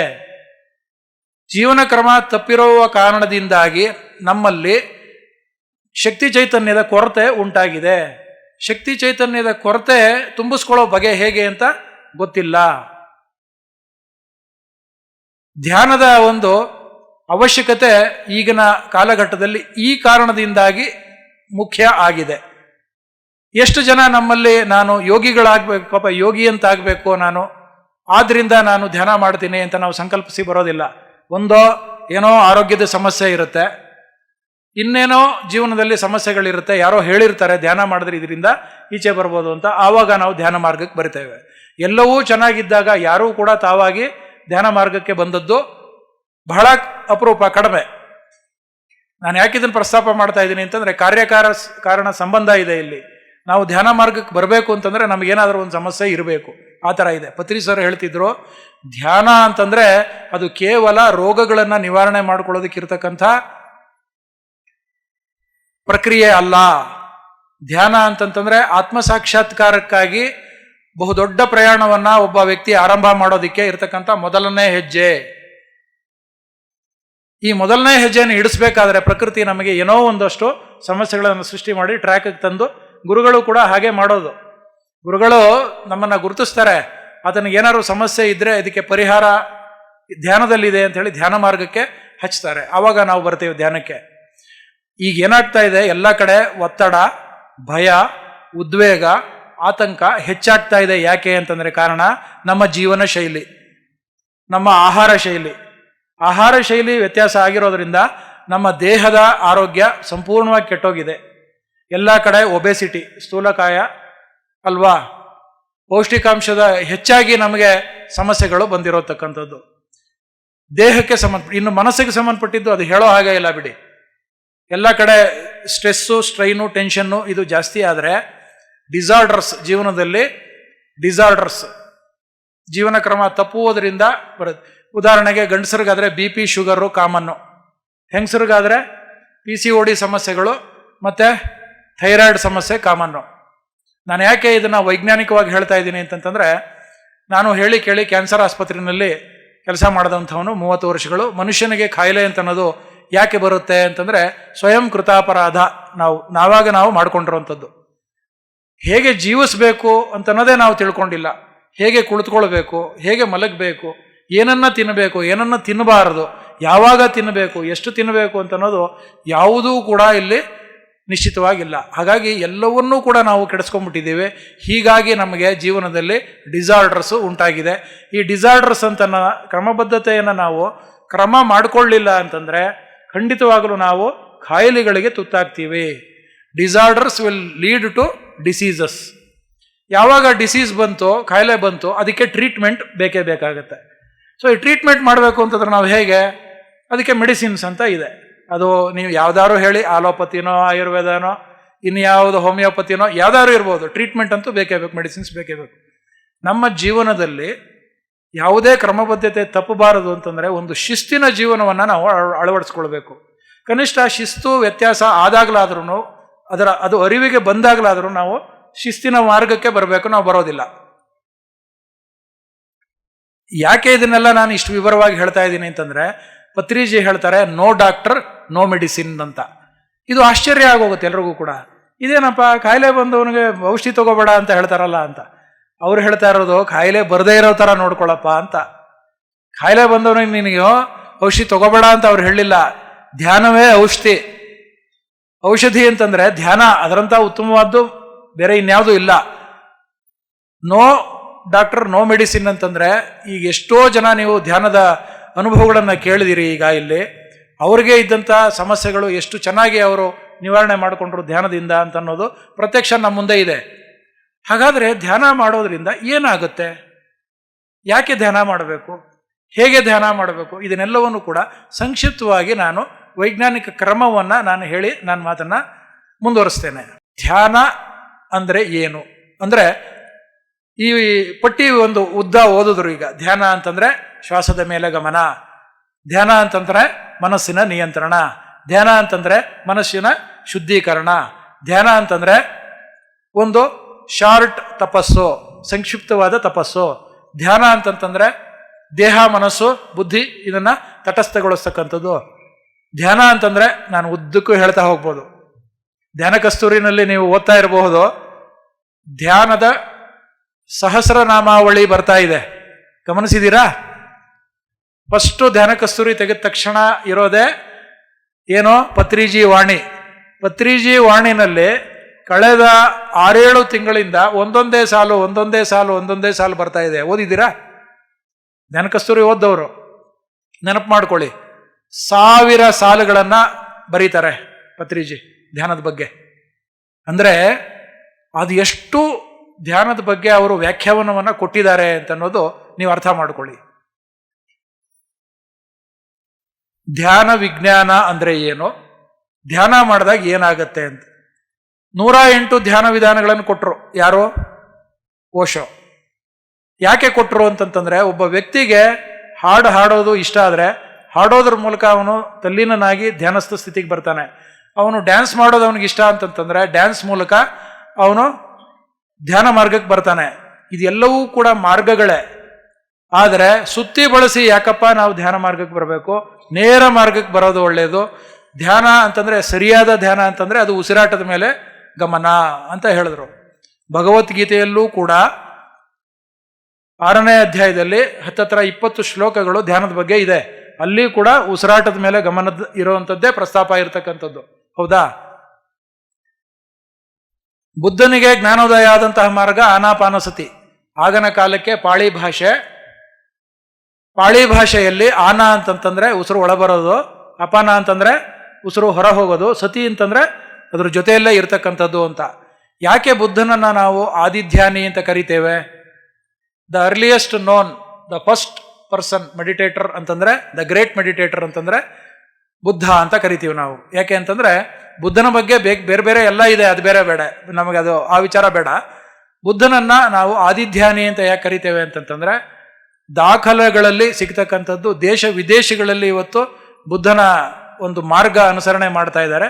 ಬುದ್ಧ 500 ಜನ ಗುರುಗಳ ಹತ್ರ ಹೋಗಿ ಈ ಮಾರ್ಗ ಅಲ್ಲ, ಇದಲ್ಲ, ತನಗೆ ಯಾವುದೂ ತೃಪ್ತಿ ಕೊಟ್ಟಿಲ್ಲ, ಏನು ಮಾಡಬೇಕು ಅಂತ ಹೇಳಿ ತನಗೆ ತೋಚ್ತಾ ಇಲ್ಲ ಅಂತೇಳಿ ಸುಮ್ಮನೆ ಬೋಧಿ ವೃಕ್ಷದ ಕೆಳಗಡೆ ಕೂತು ಸುಮ್ಮನೆ ದೇಹವನ್ನು ನಿಶ್ಚಲವಾಗಿ ಕುಳಿತು ಆಲೋಚನೆ ಮಾಡ್ತಾ, ಈ ಆಲೋಚನೆನೂ ನನಗೆ ಬೇಡ ಅಂತೇಳಿ ಉಸಿರಾಟವನ್ನು ಗಮನ ಹರಿಸ್ತಾ ಇದ್ದಾಗ ಎಂಥದೋ ಒಂದು ಆನಂದದ ಸ್ಥಿತಿಯನ್ನು ಮುಟ್ಟಿ ಆಲೋಚನಾ ರಹಿತ ಸ್ಥಿತಿಗೆ ತಲುಪಿ ಎಷ್ಟೋ ಜಾವಗಳಲ್ಲಿ ತನ್ನ ಹಿಂದಿನ ಎಲ್ಲ ಜನ್ಮಗಳನ್ನು ಕಂಡುಕೊಂಡ.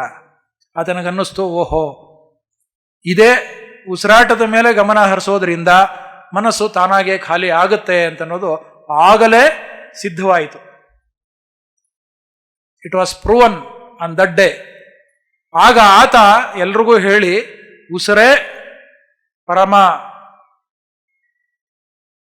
ಮಾರ್ಗ ವಸ್ತು ಧ್ಯಾನಕ್ಕೆ ಅಂತೇಳಿ. ಹಾಗಾದರೆ ಸೈನ್ಸ್ ಏನು ಹೇಳುತ್ತೆ ಇವತ್ತು? ಈ ಒಂದು ಇದರಲ್ಲಿ ಸೈನ್ಸ್ ಆಫ್ ಮೆಡಿಟೇಷನ್ ಅಂತ ಹೇಳ್ತೀವಿ, ಧ್ಯಾನ ವಿಜ್ಞಾನ ಅಂತ ಹೇಳ್ತೀವಿ. 3 ಬಹಳ ಪ್ರಮುಖವಾದ ಪ್ರಿನ್ಸಿಪಲ್ಸ್, ತತ್ವಗಳಿದೆ. ಧ್ಯಾನ ವಿಜ್ಞಾನದಲ್ಲಿ 3 ತತ್ವಗಳಿದೆ. ಮೊದಲನೇ ತತ್ವ ಏನು ಹೇಳುತ್ತೆ ಅಂತಂತಂದರೆ, ನೀವು ನಿರಂತರವಾಗಿ ಉಸಿರಾಟದ ಜೊತೆ ಒಂದಾಗಿದ್ದರೆ, ನೀವು ಉಸಿರನ್ನು ನಿರಂತರವಾಗಿ ಗಮನಿಸಿದ್ರೆ, ಶ್ವಾಸಧಾರೆಯೊಂದಿಗೆ ನೀವು ಒಂದಾದರೆ, ನೀವೇ ಉಸಿರಾದರೆ ಮನಸ್ಸು ಸಂಪೂರ್ಣವಾಗಿ ಖಾಲಿಯಾಗುತ್ತದೆ. ಇದು ಮೊದಲನೇ ನಿಯಮ. ಈ ನಿಯಮ ವೈಜ್ಞಾನಿಕವಾಗಿ ಎಲ್ರಿಗೂ ಕೂಡ ಅನ್ವಯಿಸುತ್ತೆ. ನನ್ನೊಬ್ಬನಿಗೆ ಅಲ್ಲ, ನಿಮ್ಮೊಬ್ಬರಿಗೆ ಅಲ್ಲ, ಪತ್ರಿ ಸರ್ ಒಬ್ಬರಿಗೆ ಅಲ್ಲ, ಎಲ್ಲರೂ ಕೂಡ ಇದನ್ನ ಯೂನಿವರ್ಸಲ್ ಲಾ ಅಂತ ನಾವು ಹೇಳ್ತೀವಿ. ಯೂನಿವರ್ಸಲ್ ಲಾಗಳ ಬಗ್ಗೆ ತುಂಬಾ ಇದ್ದಾವೆ, ನಾವು ಕಲಿಬೇಕು. ನಮಗೆ ಗೊತ್ತಿರೋ ಯೂನಿವರ್ಸಲ್ ಲಾ ಯಾವುದು? ಬೆಂಕಿಗೆ ಕೈ ಕೊಟ್ರೆ ಸುಡುತ್ತೆ, ಆಯ್ತಾ? ನೀರಿನಲ್ಲಿ ನಾವು ಹೋದ್ರೆ ಮುಳುಗ್ತೀವಿ ಈಜಾಡದೆ ಇದ್ರೆ, ಆಯ್ತಾ? ಬ್ಲೇಡ್ ತಗೊಂಡು ಈ ಥರ ಕೈ ಕುಯ್ಕೊಂಡ್ರೆ ಏನು ಬರುತ್ತೆ? ರಕ್ತ ಬರುತ್ತೆ. ಆ ರಕ್ತ ಯಾವುದೇ ಜಾತಿಯವನಾಗಲಿ ಧರ್ಮದವನಾಗಲಿ ಆ ರಕ್ತದ ಬಣ್ಣ ಇದೆಲ್ಲ ಯೂನಿವರ್ಸಲ್ ಲಾ. ಇದರ ಬಗ್ಗೆ ಯಾರು ಕೂಡ ಸಾಕ್ಷಿ ಕೊಡಿ, ಪುರಾವೆ ಕೊಡಿ, ಇದನ್ನ ದೃಢೀಕರಿಸಿ ಅಂತ ಕೇಳಲ್ಲ. ಕೇಳ್ತಾರ ಯಾರಾದ್ರೂ? ಕೇಳಲ್ಲ. ಗೊತ್ತಿಲ್ಲದೆ ಇರೋ ಚಿಕ್ಕ ಮಗು ಮೇಣದ ಬತ್ತಿಗೋ ದೀಪಕ್ಕೋ ಬೆರಳಿಟ್ಟೋ ದೀಪ ಮುಟ್ಟಿದ್ರೆ ಸುಡುತ್ತೆ ಅನ್ನೋದು ಕಲಿಯುತ್ತೆ ಅಷ್ಟೇ. ಯಾಕೆಂದ್ರೆ ಅದಕ್ಕೆ ಅರಿವಿರಲ್ಲ, ಜ್ಞಾನ ಇರೋದಿಲ್ಲ. ಅರಿವು ಬರೋದು ಹೀಗೆ ಪ್ರಾಕ್ಟಿಕಲಿ. ದೊಡ್ಡವ್ರಿಗೆ ಯಾರೂ ಕೂಡ ಇದನ್ನ ಸಾಧಿಸಿ ತೋರಿಸು ಅಂತ ಯಾರೂ ಹೇಳಲ್ಲ. ಹಾಗಾಗಿ ಉಸಿರಾಟದವನ್ನ ಗಮನಿಸೋದ್ರ ಮೂಲಕ ಮನಸ್ಸು ತಾನಾಗೆ ಖಾಲಿ ಆಗುತ್ತೆ ಅಂತ ಅನ್ನೋದು ಶತಸಿದ್ಧ. ಹೌದು, ನಿಮಗೆ ಖಾಲಿ ಆಗ್ತಾ ಇಲ್ಲ ಅಂತಂದ್ರೆ ನೀವು ಪ್ರಶ್ನೆ ಹಾಕ್ಕೋಬೇಕು, ಎಲ್ಲಿ ತಪ್ಪಾಗಿದೆ ನಾವು ಅಂತ. ಹೊಸದಾಗಿ ಧ್ಯಾನಕ್ಕೆ ಬಂದಿರೋರಿಗೆ ಇದು ಸಮಸ್ಯೆ ಇರುತ್ತೆ, ನನಗೂ ಇತ್ತು. ಏನಪ್ಪ ಈ ಥರ ಹೇಳ್ತಾರೆ? Close your eyes, class your hands, cross your legs, 2 ಕೈಗಳನ್ನು ಜೋಡಿಸ್ಕೊಳ್ಳಿ, 2 ಕಾಲುಗಳನ್ನು ಸ್ಥಿರವಾಗಿ ಕುಳಿತುಕೊಳ್ಳಿ. ಸ್ಥಿರವಾಗೇ ಯಾಕೆ ಕುಳಿತುಕೋಬೇಕು? ಕಣ್ಣನ್ನೇ ಯಾಕೆ ಮುಚ್ಕೋಬೇಕು? ಎಲ್ಲದಕ್ಕೂ ಕೂಡ ವೈಜ್ಞಾನಿಕ ಕಾರಣಗಳಿದೆ. ಇದನ್ನು ಅರ್ಥ ಮಾಡ್ಕೋಬೇಕು ನಾವು. ಒಂದೊಂದೇ ಸಾಲಿನಲ್ಲಿ ಹೇಳಿ ಮುಗಿಸ್ತೀನಿ. ಸ್ಥಿರವಾಗಿ ಯಾಕೆ ಕುಳಿತುಕೋಬೇಕು ಅಂದರೆ, ಬೆಳಿಗ್ಗೆ ಬಹಳ ಉತ್ತಮವಾಗಿ ಒಬ್ಬರು ಹೇಳ್ತಾ ಇದ್ರು, ವೈದ್ಯರು, ಡಾಕ್ಟರ್ ಅವರು, ನಮ್ಮ ಬಸವರಾಜ್ ಹಡಗಲೆ ಅವರ ಮಗ ಅವರು, ಎಷ್ಟು ಚೆನ್ನಾಗಿ ಅವರು ಹೇಳಿದರು ಅಂತಂದರೆ, ಇಡೀ ವಿಶ್ವದಲ್ಲಿ ಚಲನಾತ್ಮಕತೆ ಅಂತಂದು ಡೈನಮಿಸಮ್ ಅಂತ ಹೇಳ್ತೀವಿ. ಚಲನೆ ಅಂತನ್ನೋದು ಸಹಜ. ಯಾವಾಗ ಚಲನೆ ಅಂತನ್ನೋದು ನಿಲ್ಲುತ್ತೆ ಆಗ ತನ್ನ ಸ್ವಂತಿಕೆ, ತನ್ನತನವನ್ನು ಅದು ಕಂಡುಕೊಳ್ಳುತ್ತೆ ಅಂತ. ಅದಕ್ಕೆ ನಮ್ಮ ದೇಹ ಸ್ಥಿರವಾಗಿ ಒಂದು ಕಡೆ ಕೂತಾಗ ನಮ್ಮತನವನ್ನು ನಾವು ಅರಿತುಕೊಳ್ತೀವಿ. ನಮ್ಮ ಒಳಗಡೆ ಉಸಿರಾಟದ ಕಡೆ ಗಮನ ಹರಿಸ್ತೀವಿ. ಹಾಗಾಗಿ ಸ್ಥಿರ ಸುಖ ಆಸನ ನೋಡಿ, ಯೋಗಾಸನದಲ್ಲಿ ಕೂಡ ಹೇಳ್ತಾರೆ, ಹಲವು ಆಸನಗಳಿಲ್ಲ ಧ್ಯಾನದಲ್ಲಿ, ಒಂದೇ ಆಸನ. ಯೋಗದ 8 ಮೆಟ್ಟಿಲುಗಳನ್ನು ಏನು ಪತಂಜಲಿ ಮಹರ್ಷಿಗಳು ಕೊಟ್ಟಿದ್ದಾರೆ, ಸುಮ್ಮನೆ ಅವರು ಅದನ್ನು ಕಾಯಿನ್ ಮಾಡಲಿಲ್ಲ. ಅದು ಅಷ್ಟಾಂಗ ಮಾರ್ಗ. ಮೊದಲು ಯಮ ನಿಯಮ ಅಂತಂದರೆ ಈ ಭೂಮಿ ಮೇಲೆ ಹೇಗೆ ಬದುಕಬೇಕು, ಏನು ಮಾಡಬೇಕು ಏನು ಮಾಡಬಾರದು ಅಂತ ಕಲಿಬೇಕು. ತದನಂತರ ಆಸನಗಳು ಯಾಕೆ ಬಂತು ಅಂತಂದರೆ ದೇಹವನ್ನು ಶುದ್ಧವಾಗಿ ಇಟ್ಕೊಳ್ಬೇಕು, ದಿನ ಸ್ನಾನ ಮಾಡಬೇಕು ಅನ್ನೋದು ಯಮ ನಿಯಮಗಳಲ್ಲಿ ಬಂದೋಗುತ್ತೆ. ದೇಹವನ್ನು ಚೆನ್ನಾಗಿ ಇಟ್ಕೊಳ್ಳೋದಕ್ಕೆ ನಾವು ಆಸನಗಳನ್ನು ಮಾಡ್ತೀವಿ. ಇವತ್ತು ದುರಂತ ಏನಾಗಿದೆ ಅಂತಂದರೆ ಯೋಗ ಅಂತಂದರೆ ಯೋಗಾಸನಗಳು ಅಂತ ಅನ್ಕೊಂಡ್ಬಿಟ್ಟಿದ್ದೀವಿ ನಾವು. ಬಹಳ ದುರಂತ, ಅದು ದೊಡ್ಡ ದುರಂತ. ಯೋಗ ಅಂತಂತಂದರೆ ಇಡೀ ಮನುಷ್ಯನ ನಾವೇನು ಮೇಲಿನಿಂದ ಈ ಭೂಮಿಗೆ ಬರ್ತೇವೆ, ಈ ಭೂಮಿಯಲ್ಲಿ ನಾವು ಮೇಲಿನ ರೀತಿ ಒಬ್ಬ ದೇವತೆಯಾಗಿ ಬದುಕೋದಿಕ್ಕೆ ಈ ಭೂಮಿ ಮೇಲೆ ಅಭ್ಯಾಸ ಮಾಡ್ತಕ್ಕಂಥ ಎಲ್ಲ ಚಟುವಟಿಕೆಗಳನ್ನು ಸಮಗ್ರವಾಗಿ ಯೋಗ ಅಂತ ಕರೆಯಲಾಗಿದೆ. ನಾನು ಇನ್ನೊಂದ್ಸರಿ ಹೇಳ್ತೀನಿ, ಯೋಗದಲ್ಲಿ ಎಲ್ಲವೂ ಇದೆ. ಇವತ್ತು ಬಸವರಾಜ ಗುರುಜಿಗಳು ಅದೇ ಹೇಳಿದ್ರು, ಎಷ್ಟೊಂದು ವಿದ್ಯೆ ಇದೆ, ನಾನು ಇಷ್ಟು ಲಕ್ಷ ಜನಕ್ಕೆ ಹೇಳ್ಕೊಟ್ಟಿದ್ದೀನಿ ಅಂತ. ಆ ಎಲ್ಲ ವಿದ್ಯೆಗಳಿಗೂ ಕೂಡ ಮೂಲ ವಿದ್ಯೆ ಅಂತಂದರೆ ಉಸಿರಿನ ವಿದ್ಯೆ, ಧ್ಯಾನದ ವಿದ್ಯೆ. ಒಪ್ತೀರಾ? ಪತ್ರಿ ಸರ್ ಯಾಕೆ ಉಸಿರಿಗೆ ಅಷ್ಟೊಂದು ಪ್ರಾಮುಖ್ಯತೆ ಕೊಟ್ಟು ಹೇಳಿದ್ದಾರೆ ಅಂತಂತಂದರೆ, ಅವರು ಬೇರೆ ಯಾವ ಇದು ಅಲ್ಲ, ಮೈತ್ರೇಯ ಬುದ್ಧ ಅವರು. ಬಹಳ ಜನಕ್ಕೆ ಗೊತ್ತಿಲ್ಲ. ನಮ್ಮ ಗುರುಗಳ ಸಾನ್ನಿಧ್ಯ ಹತ್ತಿರದಲ್ಲಿದ್ದಂತಹ ಸೀನಿಯರ್ ಪಿರಮಿಡ್ ಮಾಸ್ಟರ್ಗಳಿಗೆ ಅವರು ಎಲ್ಲ ವಿಚಾರಗಳನ್ನು ತಿಳಿಸ್ಕೊಟ್ಟಿದ್ದಾರೆ. ಅದನ್ನೆಲ್ಲವನ್ನೂ ಕೂಡ ಇಲ್ಲಿ ಹೇಳೋದಕ್ಕೆ ನಾನು ನಿಂತಿಲ್ಲ. ಅವರು ಉಸಿರಾಟಕ್ಕೆ ಯಾಕೆ ಅಷ್ಟೊಂದು ಪ್ರಾಮುಖ್ಯತೆ ಕೊಟ್ಟರು ಅಂತಂತಂದರೆ, ಮೂಲ ಇರೋದೇ ಅಲ್ಲಿ. ಮೇಲಿನಿಂದ ನಾವು ಬಂದಾಗ ಈ ಉಸಿರು ಅಂತ ಅನ್ನೋದು ಇರಲ್ಲ. ಈ ಭೂಮಿಯಲ್ಲಿ ಮೊದಲನೇ ಉಸಿರು ನಾವು ತೆಗೆದುಕೊಂಡ ದಿನವನ್ನು ನಮ್ಮ ಹುಟ್ಟು ಅಂತ ಕರಿತೇವೆ, ಹೌದಾ? ಈ ಭೂಮಿಯಲ್ಲಿ ನಾವು ಕೊನೆಯ ಉಸಿರನ್ನು ಆಡಿ ಮುಗಿಸಿದಾಗ ಅದನ್ನು ಸಾವು ಅಂತ ಕರಿತೀವಿ. ಸೊ ಹುಟ್ಟು ಮತ್ತು ಸಾವಿನ ನಡುವೆ ಇರತಕ್ಕಂಥ ಜೀವನಾವಧಿ ಏನಿದೆ, ಆ ಜೀವನಾವಧಿಯಲ್ಲಿ ಯಾವತ್ತೂ ಕೂಡ 2 ಕೆಲಸಗಳು ನಿರಂತರವಾಗಿ ನಡೀತಾ ಇರುತ್ತೆ. ಒಂದು ನಮ್ಮ ಹೃದಯದ ಬಡಿತ, ಇನ್ನೊಂದು ನಮ್ಮ ಉಸಿರಾಟ, ಹೊತ್ತಾನೆ. ಇವೆರಡು ನಿಂತ ದಿನ ಅಲ್ಲಿಗೆ ನಮ್ಮ ಈ ದೇಹ ಉಪಯೋಗಕ್ಕೆ ಬರಲ್ಲ. ಈ ಒಳಗಡೆ ಇರತಕ್ಕಂಥ ನೀವು ಪ್ರಾಣ ಅನ್ನಿ, ಆತ್ಮ ಅಂತನ್ನಿ, ಉಸಿರು ಅಂತನ್ನಿ, ಜೀವಾತ್ಮ ಅಂತನ್ನಿ, ಪ್ರಜ್ಞೆ ಅಂತನ್ನಿ, ಏನಾದರೂ ಅನ್ನಿ, ಒಳಗಡೆ ಒಂದಿದೆ. ಅದನ್ನು ನಮ್ಮ ವಚನಕಾರರು ಹೇಳ್ತಾರೋ ಘನ ಅಂತ ಕರೆದ್ರು. ಅದನ್ನು ನಾವು ಆತ್ಮ ಅಂತ ಕರಿತೀವಿ. ಆತ್ಮಕ್ಕೆ ಪುನರ್ಜನ್ಮಗಳಿಲ್ಲ ಅಂತ ಹೇಳ್ತಾರೆ. ನೀವು ಯಾವುದಾದ್ರೂ ಟರ್ಮಿನಾಲಜಿ, ಅದೊಂದು ಪಾರಿಭಾಷಿಕ ಪದ, ಅದಷ್ಟೇ ಆಧ್ಯಾತ್ಮಿಕ ಪದ. ಆದರೆ ಒಳಗಡೆ ಇರತಕ್ಕಂಥದ್ದನ್ನು ಶುದ್ಧ ಚೇತನ ಅಂತ ನಾವು ಕರೆಯೋಣ. ಆ ಚೇತನ ಬದುಕಿರಬೇಕು, ಇಲ್ಲಿ ಬಾಳಬೇಕು, ಉಳಿಬೇಕು ಅಂತಂದರೆ ಅದಕ್ಕೆ ಪೋಷಣೆ ಬೇಕು, ಆಹಾರ ಬೇಕು. ಆ ಆಹಾರವೇ ಚೈತನ್ಯ. ಆ ಚೇತನ ಉಳಿಬೇಕು ಅಂತಂದರೆ ಚೈತನ್ಯ ಇರಬೇಕು. ಅದನ್ನು ನಾವು ಎನರ್ಜಿ ಅಂತ ಕರಿತೇವೆ.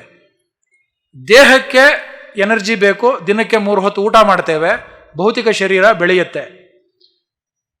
ಸಂಸ್ಕೃತದಲ್ಲಿ ಒಂದು ಪದ ಇದೆ ಆಹಾರ ಅಂತ. ನಾವಿವತ್ತು ಆಹಾರ ಅಂತ ಅನ್ನೋದಾದರೆ ಪತ್ರಿಜಿಯವರು ತುಂಬ ಚೆನ್ನಾಗಿ ಅದರ ಬಗ್ಗೆ ಹೇಳಿದ್ದಾರೆ. ಆಹಾರ ಅಂತಂದರೆ ನಾವೇನು ಅಂದ್ಕೊಂಡಿದ್ದೀವಿ ಅಂತಂದರೆ ಸ್ನೇಹಿತರೆ, ಬಾಯಿಯ ಮೂಲಕ ನಾವೇನು ತೆಗೆದುಕೊಳ್ತೀವಿ ಅದು ಆಹಾರ ಅಂತ ಅಂದ್ಕೊಂಡಿದ್ದೀವಿ. ಅದು ಅರ್ಧ ಸತ್ಯ, ಪೂರ್ಣ ಸತ್ಯ ಅಲ್ಲ. ಪೂರ್ಣ ಸತ್ಯ ಏನು ಅಂತಂದರೆ, ಮನುಷ್ಯ ತನ್ನ ವ್ಯವಸ್ಥೆಗೆ, ತನಗೆ ತಾನು ಅಂತಂದರೆ ಯಾರು? ಬರೀ ರಕ್ತ, ಮೂಳೆ, ಮಾಂಸ, ಮಜ್ಜೆಯಿಂದ ಆದಂತಹ ಈ ಶರೀರ ಅಲ್ಲ. ಅದರ ಒಳಗಡೆ ಇರತಕ್ಕಂಥ ಆತ್ಮ, ಚೇತನ, ಪ್ರಜ್ಞೆ ಮೇಲಿನಿಂದ ಬಂದಂಥದ್ದು ಅಲ್ವಾ? ಆ ಮೇಲಿನಿಂದ ಬಂದಂಥದ್ದಕ್ಕೂ ಕೂಡ ಆಹಾರ ಬೇಕು. ಆ ಆಹಾರವನ್ನು ಅದು ಸ್ವೀಕಾರ ಮಾಡ್ತಕ್ಕಂಥದ್ದು ನಿದ್ರೆಯಲ್ಲಿ. ನಿದ್ರೆ ಅಂತ ಅನ್ನೋದು ಪ್ರಕೃತಿದತ್ತವಾಗಿ ಇರತಕ್ಕಂಥ ಪ್ರಕ್ರಿಯೆ. ಅದಕ್ಕೆ ಬೇಕಾದಂಥ ಆಹಾರವನ್ನು ಸ್ವೀಕಾರ ಮಾಡಿ ಸುದೃಢ ಆಗತ್ತೆ. ಭೌತಿಕ ಶರೀರಕ್ಕೆ ನಾವು ಈ ಭೂಮಿಯಿಂದ ಬಂದಿರತಕ್ಕಂಥ ಬೆಳೆಗಳನ್ನು ಉಪಯೋಗಿಸ್ತೀವಿ. ಆ ಬೆಳೆಯ ಆಹಾರವನ್ನು ನಾವು ಹಾಕಿ ಅನ್ನಮಯ ಶರೀರ ಅಂತ ಅದಕ್ಕೆ ಕರೆಯೋದು. ಈ ಶರೀರವನ್ನು ಅನ್ನಮಯ ಶರೀರ ಅಂತ ಯಾಕೆ ಕರೀತಾರೆ ಅಂದರೆ, ಅನ್ನದ ಮೂಲಕ ಆಗಿರ್ತಕ್ಕಂಥ ರಕ್ತ, ಮೂಳೆ, ಮಾಂಸ, ಮಜ್ಜೆ ಅಲ್ವಾ? ಮತ್ತೆ ಆತ್ಮನಿಗೆ ಆಹಾರ ನಿದ್ರೆಯಲ್ಲಿ ಸಿಕ್ಕೋದಾದರೆ, ಆ ಆತ್ಮನಿಗೆ ನಾವು ಇವತ್ತು ಯಾವ ಆಹಾರವನ್ನು ಕೊಡ್ತಾ ಇದ್ದೀವಿ, ಎಷ್ಟು ಕೊಡ್ತಾ ಇದ್ದೀವಿ ಯೋಚನೆ ಮಾಡಿ ನೀವು. ಅದಕ್ಕೋಸ್ಕರನೇ ಈ ದೇಹ ಅಂತ ಅನ್ನೋ ಮೊಬೈಲ್ ಬ್ಯಾಟ್ರಿಗೆ ಏನಾಗಿದೆ, ಡಿಸ್ಚಾರ್ಜ್ ಜಾಸ್ತಿ ಆಗ್ತಾ ಇದೆ, ಚಾರ್ಜಿಂಗು ರೀಚಾರ್ಜಿಂಗ್ ಕಡಿಮೆ ಆಗಿದೆ. ಅದಕ್ಕೋಸ್ಕರ ಸ್ಟ್ರೆಸ್ಸು, ಸ್ಟ್ರೈನು, ಟೆನ್ಷನ್ನು ಇರೋದು. ಹಾಗಾಗಿ ಚಾರ್ಜಿಂಗ್ ಮಾಡ್ಕೊಳ್ತಕ್ಕಂಥದ್ದು ನಾವು ತಿಳಿಬೇಕು, ಕಲಿಬೇಕು. ಗೊತ್ತಿಲ್ಲ ಚಾರ್ಜ್ ಮಾಡೋಕೊಳ್ಳೋದು ಹೇಗೆ ಅಂತ. ಧ್ಯಾನ ಅಂತನ್ನೋದು ಬಹುದೊಡ್ಡ ರೀತಿಯಲ್ಲಿ ನಮ್ಮ ದೇಹ ಮನಸ್ಸನ್ನು ರೀಚಾರ್ಜ್ ಮಾಡುವಂಥ ಪ್ರಕ್ರಿಯೆ. ವೈಜ್ಞಾನಿಕವಾಗಿ ಮನಸ್ಸು ಸದಾ ಚಟುವಟಿಕೆಯಲ್ಲಿ ಇದ್ದಾಗ ನಮ್ಮ ಒಳಗಡೆಗೆ ಕಾಸ್ಮಿಕ್ ಎನರ್ಜಿ ಪ್ರಾಣಶಕ್ತಿ ಒಳಗಡೆ ಸೇರೋದಿಲ್ಲ. ಆದ್ರಿಂದ ನಾವು ಮಲಗ್ತೀವಿ. ಮಲಗಿದಾಗ ದೇಹ ಅಲ್ಲಾಡದೆ ಒಂದು ಕಡೆ ಇರುತ್ತೆ, ಬಿದ್ದಿರುತ್ತೆ, ಕೊರಡು ಬಿದ್ದಂಗೆ ಬಿದ್ದಿರುತ್ತೆ. ಹೊತ್ತಾನೆ ನಮ್ಮ ಮನಸ್ಸು ಏನಾಗುತ್ತೆ, ಜಾಗೃತ ಮನಸ್ಸು ಸುಪ್ತ ಸ್ಥಿತಿಗೆ ಹೊಟ್ಟೋಗುತ್ತೆ, ಸಬ್ಕಾನ್ಷಿಯಸ್ ಮೈಂಡ್ ಹೊಟ್ಟೋಗ್ಬಿಡುತ್ತೆ, ರೆಸ್ಟು. ನಮ್ಮ ಬುದ್ಧಿ ಏನಾಗುತ್ತೆ, ಸ್ವಿಚ್ ಆಫ್. ಬಂತ, ದೇಹ ಸ್ಥಿರ ಆಯಿತು, ಮನಸ್ಸು ಸ್ತುಪ್ತ ಸ್ಥಿತಿಗೆ ಹೋಯ್ತು, ಡಾರ್ಮಿಟ್ ಒಂದು ಸ್ಟೇಟ್ಗೆ ಹೊಟ್ಟೋಯ್ತು. ಡಾರ್ಮೆಂಟ್ ಸ್ಟೇಟ್ಗೆ ಹೋದ್ಮೇಲೆ ಆಕ್ಟಿವಿಟಿ ಇಲ್ಲ, ಎಲ್ಲ ಶಟ್ ಡೌನ್. ಆಗ ನೋಡಿ ನಮ್ಮ ಒಳಗಡೆ ಇರತಕ್ಕಂಥ ಆತ್ಮನಿಗೆ ಏನು ಬೇಕು ಅದು ಸಿಗುತ್ತೆ. ಕಾಸ್ಮಿಕ್ ಎನರ್ಜಿ ಅಂತ ಅನ್ನೋದು ಬ್ರಹ್ಮರಂಧ್ರದ ಮೂಲಕ ಸ್ವೀಕಾರ ಆಗುತ್ತೆ.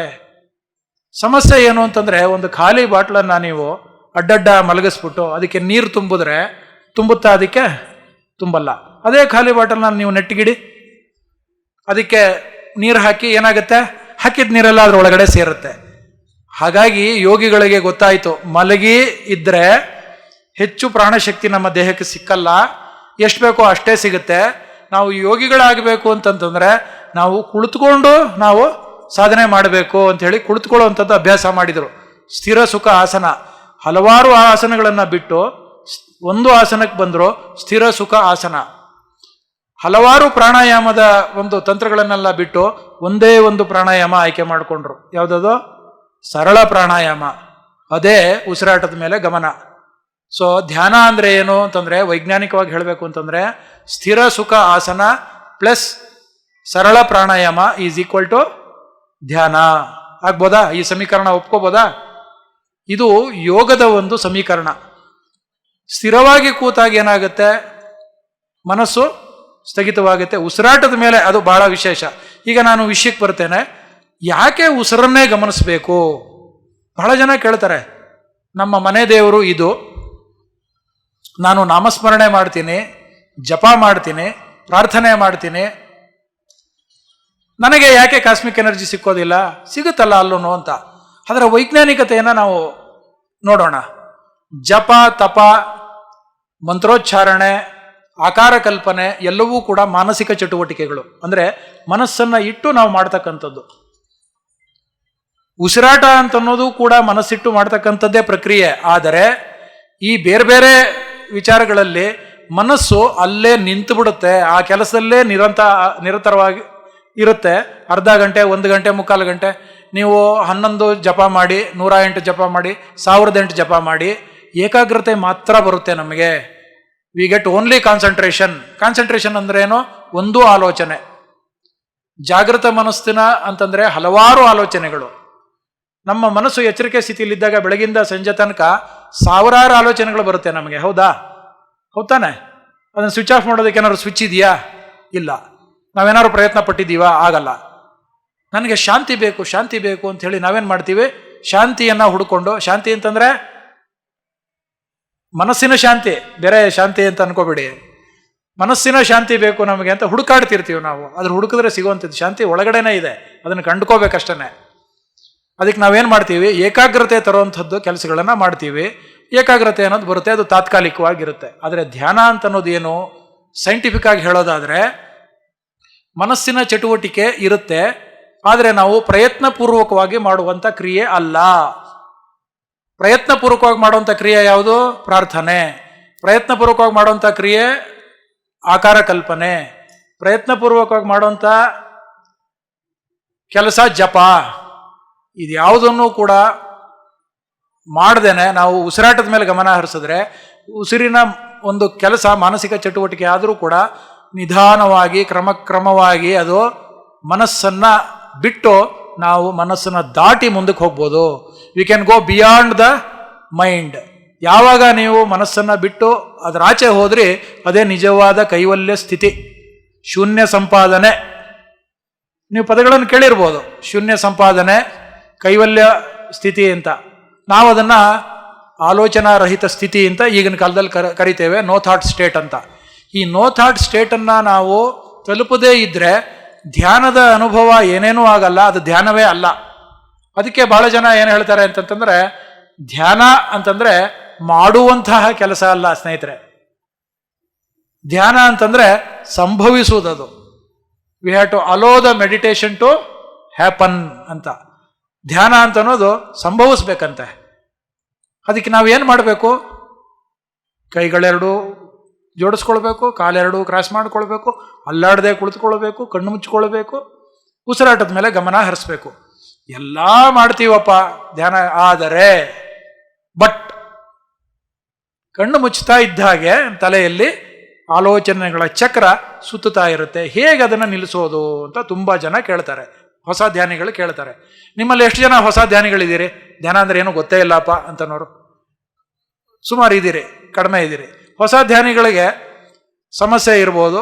ನಮ್ಮ ಸೀನಿಯರ್ ಮಾಸ್ಟರ್ಗಳಿಗೆ ಇದೆಲ್ಲ ಅರ್ಥ ಆಗಿದೆ, ನಿಮ್ಗೆ ಗೊತ್ತಿದೆ. ಹೊಸ ಧ್ಯಾನಿಗಳಿಗೆ ಹೇಳ್ಕೊಡ್ತಕ್ಕಂಥದ್ದು ಒಂದೇ ಒಂದು ಚಿಕ್ಕ ತಂತ್ರ. ಉಸಿರೇ ನಮ್ಮ ಗುರು ಅಂತ ನಾವು ಯಾಕೆ ಹೇಳ್ತೀವಿ ಅಂತಂದರೆ, ಉಸಿರಿನ ಹಿಂದೆ ನಾವು ಹೋದರೆ ಅದು ಯಾವತ್ತೂ ಕೂಡ ನಮಗೆ ಗುರುವಿನ ರೀತಿಯಲ್ಲಿ ಎಲ್ಲ ಮಾರ್ಗದರ್ಶನವನ್ನು ಕೊಡುತ್ತೆ. ಉಸಿರೇ ನಮ್ಮ ಗುರು. ಉಸಿರು ಅಂತ ಅನ್ನೋದಕ್ಕೆ ಎಷ್ಟು ಪ್ರಾಮುಖ್ಯತೆ ನಾವು ಕೊಡಬೇಕು ಅಂತಂದರೆ, ಮನುಷ್ಯನಿಗೆ ಈ ಪ್ರಪಂಚದಲ್ಲಿ ಹುಟ್ಟಿನಿಂದ ಸಾವಿನ ತನಕ ಸಂಗಾತಿಯಾಗಿರ್ತಕ್ಕಂಥದ್ದು ಈ ಉಸಿರು ಒಂದೇ. ಆದ್ದರಿಂದ ನಾವು ಅದನ್ನು ಗಮನಿಸೋದ್ರ ಮೂಲಕ ಅದರ ಜೊತೆ ಇದ್ದಾಗ ಹೊರಗಿನ, ಅಂದರೆ ನಾವು ಎಲ್ಲಿಂದ ಬಂದಿದ್ದೀವಿ, ನೀವು ಪರಮಾತ್ಮ ಅಂಥೇಳಿ, ಒಳಗಡೆ ಜೀವಾತ್ಮ ಅಂಥೇಳಿ ಟರ್ಮಿನಾಲಜಿ ಅಷ್ಟೇ. ನಾನು ಹೇಳ್ತೇನೆ, ಅದೊಂದು ಕಾಸ್ಮಾಸ್, ವಿಶ್ವ, ಬ್ರಹ್ಮಾಂಡದಿಂದ ನಾವು ಬಂದಂತಹ ಪ್ರಯಾಣಿಕರು. ಈ ಭೂಮಿಯಲ್ಲಿ ನಾವು ಜನ್ಮ ತೆಗೆದುಕೊಂಡಿದ್ದೇವೆ. ಈ ದೇಹವನ್ನು ನಾವು ಹೊಂದಿದ್ದೇವೆ. ಇದೊಂದು ಕವರ್, ಇದರ ಒಳಗಡೆಗೆ ನಾವು ಇದ್ದೇವೆ. ಒಳಗಡೆ ಇರೋ ಚೇತನವನ್ನು ನಾವು ಆತ್ಮೋದ್ಧಾರಕ್ಕಾಗಿ ನಾವು ಈ ಎಲ್ಲ ಸ್ಪಿರಿಚುವಲ್ ಆ್ಯಕ್ಟಿವಿಟೀಸನ್ನು ಮಾಡ್ತಾ ಇದ್ದೇವೆ. ದೇಹ ಪೋಷಣೆನೂ ಆಗಬೇಕು, ಆತ್ಮ ಪೋಷಣೆನೂ ಆಗಬೇಕು. ಈ ಆತ್ಮ ಪೋಷಣೆಗೋಸ್ಕರ ನಾವು ಹೆಚ್ಚು ಹೆಚ್ಚು ಧ್ಯಾನ ಮಾಡೋದ್ರಿಂದ ಹೆಚ್ಚು ಹೆಚ್ಚು ಕಾಸ್ಮಿಕ್ ಎನರ್ಜಿ ನಮಗೆ ಸಿಕ್ಕುತ್ತೆ. ಈ ಕಾಸ್ಮಿಕ್ ಎನರ್ಜಿ ಸಿಗೋದ್ರಿಂದ ಏನಾಗುತ್ತೆ ಅನ್ನೋದು ಭಾಳ ಮುಖ್ಯ. ಮೊದಲನೇ ನಿಯಮ ಏನು ಹೇಳ್ತೋ, ಮತ್ತೆ ವಾಪಸ್ ಬರ್ತೀನಿ. ನಾನು ಯಾಕೆ ನಿಮಗೆ ಈ ಕಡೆಯಿಂದ ಆ ಕಡೆ, ಆ ಕಡೆಯಿಂದ ಈ ಕಡೆ ಕರ್ಕೊಂಡು ಹೋಗ್ತಿದ್ದೀನಿ ಅಂತಂದರೆ, ನಿಮಗೆ ಸ್ವಲ್ಪ ಆಲೋಚನೆ ಮಾಡಬೇಕು. ಆಲೋಚನೆ ಮಾಡ್ತಾ ಮಾಡ್ತಾ, ಓಹೋ ಇದು ಹೀಗಿದೆ ನಿಯಮ, ಓಹೋ ಇದು ಹೀಗಿದೆ ವಿಷಯ, ಇದು ಸೈಂಟಿಫಿಕ್ ಆಗಿದೆ ಅಂದಮೇಲೆ ಇದು ಅಲ್ಟಿಮೇಟು ಅಂತ ನಿಮಗೆ ಗೊತ್ತಾದರೆ, ನೀವು ಆಗ ಪರಿಶುದ್ಧವಾದ ಮನಸ್ಸಿನಿಂದ ಧ್ಯಾನಕ್ಕೆ ಉಪಕ್ರಮಿಸ್ತೀರಿ, ಧ್ಯಾನಕ್ಕೆ ಕೂರ್ತೀರಿ. ಇಲ್ಲ ಅಂತಂದರೆ ಅದೇನೋ ಧ್ಯಾನ ಅಂತೆ, ಏನೋ ಅವರು ಹೇಳ್ತಾರೆ, ಅವ್ರಿಗೆ ಅದು ಕಾಣಿಸ್ತಂತೆ, ಇವ್ರಿಗೆ ಇದು ಕಾಣಿಸ್ತಂತೆ, ಕಣ್ಣು ಮುಚ್ಕೊಂಡು ಕೂತ್ರೆ ಎಲ್ಲ ಆಗೋಗುತ್ತಾ? ಈ ಥರ ಒಂದು ರೀತಿಯ ಹಾರಿಕೆ ಉತ್ತರಗಳನ್ನು ಬರುತ್ತೆ. ಹಾಗಾಗಿ ನಾವು ಎಲ್ಲರನ್ನೂ ಕೂಡ ನಾವು ಈ ಮಾರ್ಗಕ್ಕೆ ತರಬೇಕು ಅಂತಂತಂದರೆ ಅವ್ರಿಗೆ ವೈಜ್ಞಾನಿಕವಾದ ವಿಷಯವನ್ನು ಮುಟ್ಟಿಸ್ಬೇಕು, ಥಿಯರಿಯನ್ನು ಕೊಡಬೇಕು, ತತ್ವ ಸಿದ್ಧಾಂತಗಳನ್ನು ಕೊಡಬೇಕು. ಎರಡನೇ ನಿಯಮ ಏನು ಹೇಳುತ್ತೆ ಗೊತ್ತಾ?